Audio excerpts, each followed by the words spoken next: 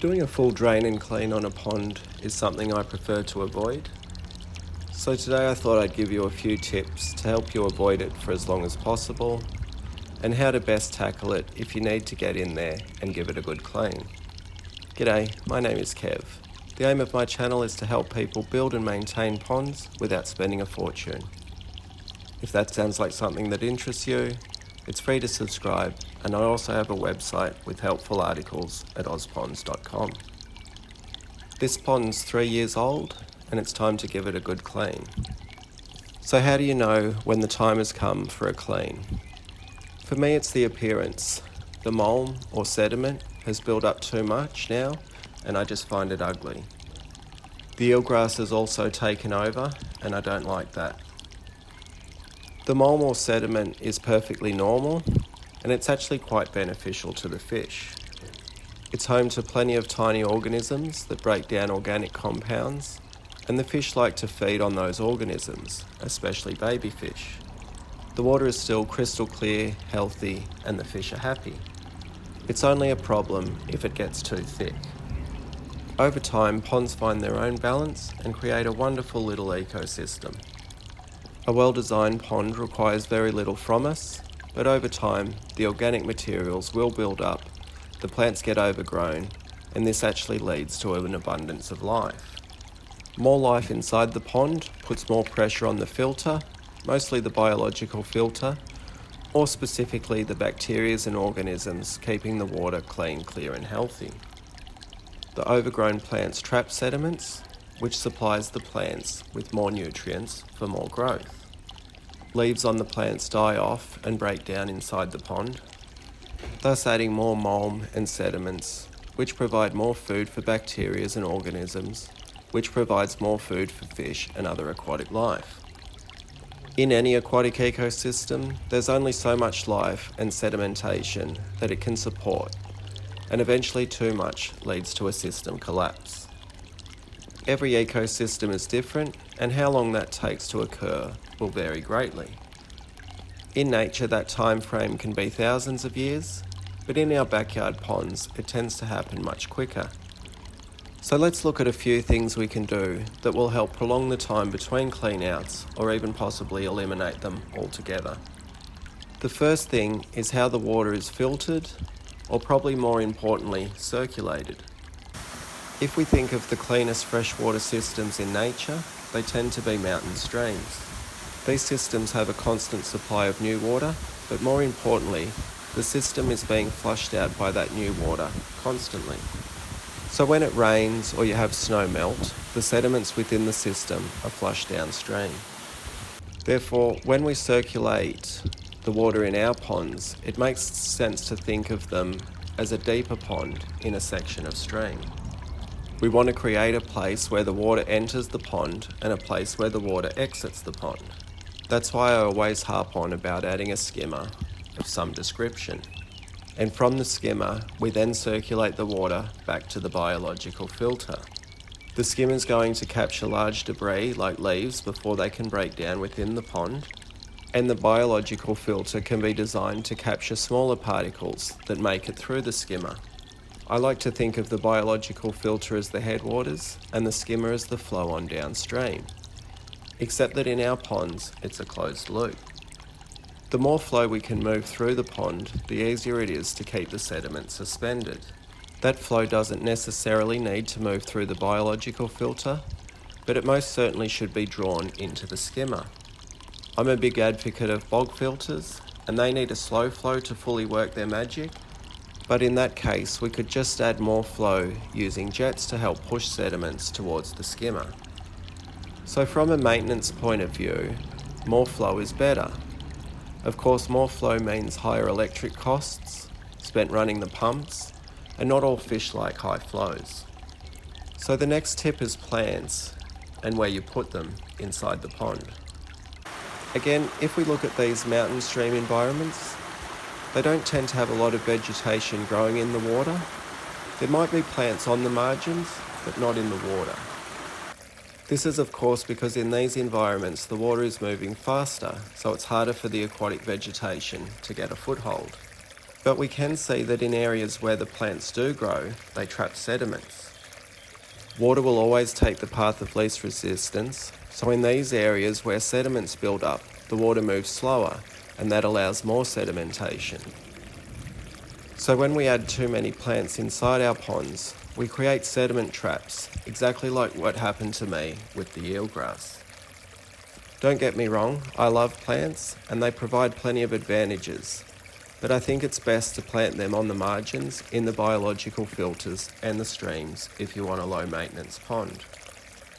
Having too many inside the pond, and they hinder that awesome circulation between the skimmer and the biological filter. If you have a pond without circulation, like this barrel pond, lots of plants is perfectly fine, and that more replicates a backwater aquatic system that you would find in nature. Of course, this pond is very small, so it's easy to remove sediment manually, if it becomes a problem. But the larger the pond, the less likely you'll want to clean it out. So particularly on larger ponds, I think it's wise not to get carried away with placing plants inside the pond.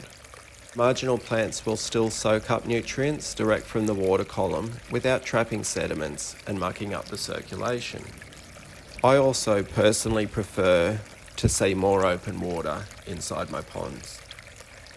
Some people will talk about the need to cover a certain area of the pond in vegetation, but if you have a setup with good filtration, that simply isn't true. Almost all of my ponds get at least 6 hours of sun daily, and there's very little aquatic plant cover. So now let's take a look at the impact fish and other animals have on how often the pond needs a clean. Firstly, the amount of fish. Obviously, if you have lots of fish or large fish in the pond, it's going to impact on the amount of sedimentation in the pond, simply because of their poo. But lots of fish or big fish also produce more nutrients inside the water. When fish breathe, they produce ammonia, which adds nitrogen or plant food to the water. Also, you'll be feeding more, as there is too many fish to find natural forage. So basically, more fish equals more nutrients, and more nutrients means more plant growth. If you can constantly remove some of that excess plant growth, especially before any decomposes in the pond, that would greatly help to reduce the amount of organic buildup. But if you don't, it will just provide more food for more plant growth. Now that plant growth could be nice looking aquatic plants, but it could also be opportunistic algae. And algae's life cycle is much quicker than higher order plants, so that means that the nutrients are being recycled even quicker, which speeds up that process of sedimentation. So one of the best ways to lower nutrient levels is to have less fish. Also, making sure that nutrient-rich runoff isn't entering the pond is a must. But fish and other aquatic animals can also be a real benefit to our ponds. Certain fish like koi and goldfish like to graze on algae. They also stir up the sediments on the bottom of the pond.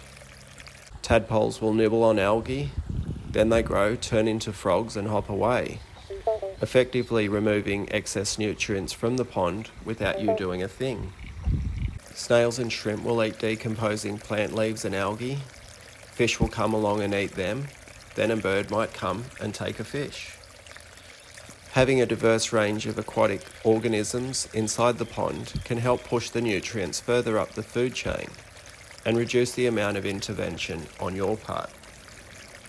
Now, every pond, climate and ecosystem is different, so it can take time and experimentation to find the right balance. So if you find that your pond does need a good clean out, what's the best way to go about it? When I watch aquascape videos, they like to do a full drain and clean once a year. Again, the theory is based on the idea of a stream or river system being flushed out by rains or snowmelt. I prefer not to do a drain and clean and just try and remove some of that sediment that I can visibly see throughout the year. Usually I'll hop in the pond a few times throughout the year and manually scoop up any accumulated sediment with a small net. While I'm in the pond, the really small sediments get stirred up and drawn over to the skimmer. From the skimmer, those fine particulates are deposited into the biological filter. Usually in my ponds, that will be a bog filter. I've got plenty of videos on bog filter design, but one of the most important things is that the filter allows solids to accumulate and that they can also be easily removed. So then when I want to flush out the filter, those smaller solids are removed completely from the system. Now on this pond that had been working well for the last couple of years, but this year the eelgrass was mucking up the pond circulation and it was just trapping way too much sediment. I did try and scoop up the debris with my net and I'd find baby fish, so it was just taking too long as I'd keep checking each net scoop for the fish. So I decided to remove the eelgrass entirely and give the pond a good clean. I drained the pond right down to a few inches of water and washed off the rock and the gravel. I just kept rinsing and removing water till it was all pretty clean. I left the fish in there the whole time. I didn't use a pressure washer as I wanted to leave some of the fluffy algae on the rocks as it's full of beneficial organisms. Another thing I didn't do was clean the filters. I left the skimmer sponge and the bog filter untouched. I did this so that I still had plenty of nitrogen processing bacteria within the system.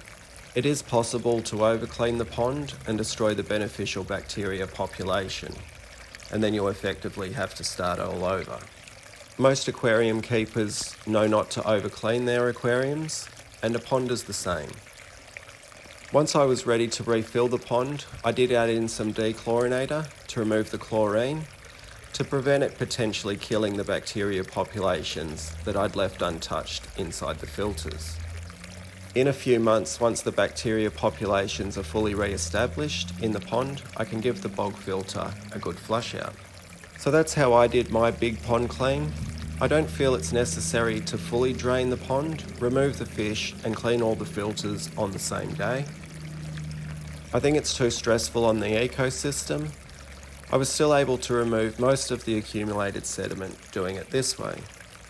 And I don't plan on letting the eelgrass re-establish itself.